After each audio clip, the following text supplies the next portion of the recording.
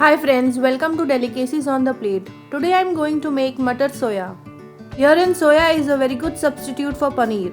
Now herein to cut off the time, I have taken soya in a water and I have soaked it for around half an hour before I start to make the curry. If you want you can boil it and then soak it, but herein if you just soak it for half an hour, I think that is good enough to cut off the time, and the soya is also well soaked. So now let's start making the curry. So start to heat up a pan. Add in 3 to 4 tablespoons of oil. I am going to roast all the spices to make the paste for the curry. When the oil is heated, add in half teaspoon of cumin seeds and let it splutter. After the cumin seeds are done, add in 6 to 7 cashews, 1 Kashmiri red chili whole, 2 bay leaves. Then here I have 2 to 3 pieces of cinnamon stick, 4 to 5 black pepper, 1 big cardamom and 4 to 5 cloves. So add all to the oil.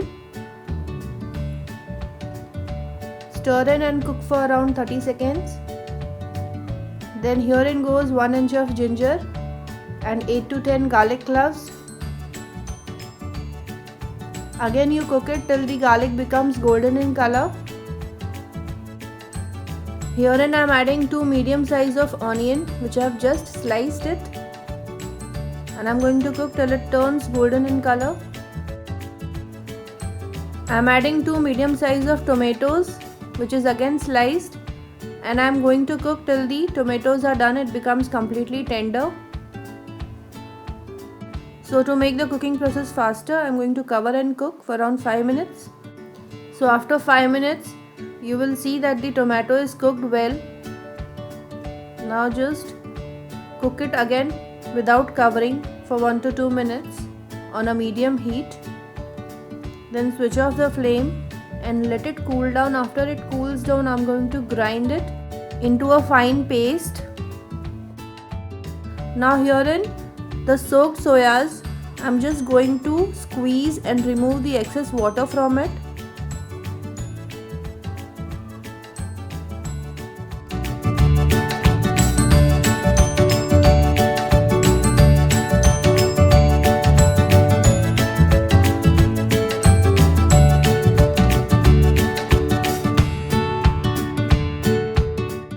Now herein you can see that the water has been squeezed out from the soya chunks. Herein the ingredients are also cooled down to get grinded. Just remove the bay leaf. Bay leaf I am not grinding. I'll just add it back to the gravy so that the flavor of the bay leaf also infuses with the gravy. And I'm going to grind the leftover mixture. Add little bit of water and grind it. Start to heat up the pan again. Add 4 to 5 tablespoons of oil to the pan. Add the soaked soya chunks into the oil and roast it till it turns golden in color.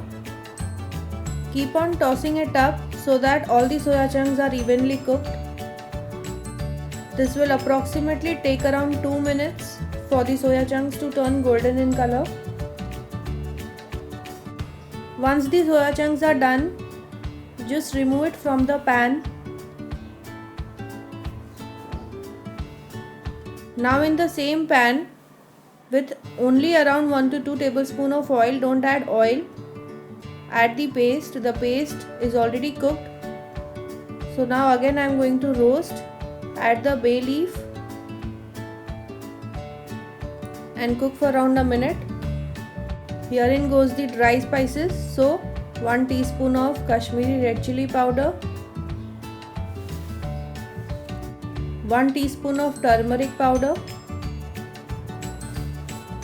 around 3-4 teaspoon of garam masala,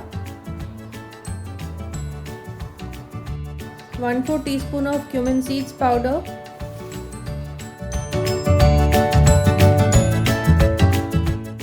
and half teaspoon of coriander powder.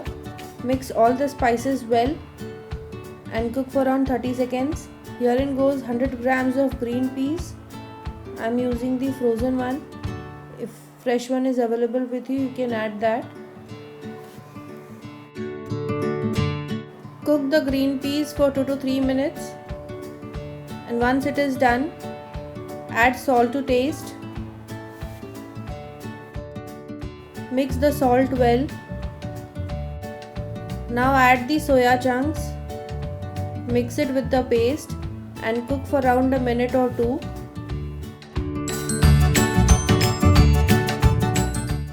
After cooking for 2 minutes, add in water up to desired consistency. Mix it well.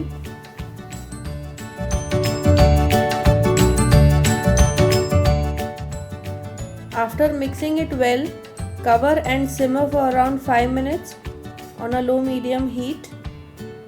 After 5 minutes,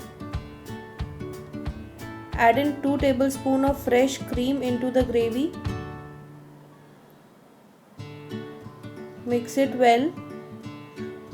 This will make the gravy richer and tastier.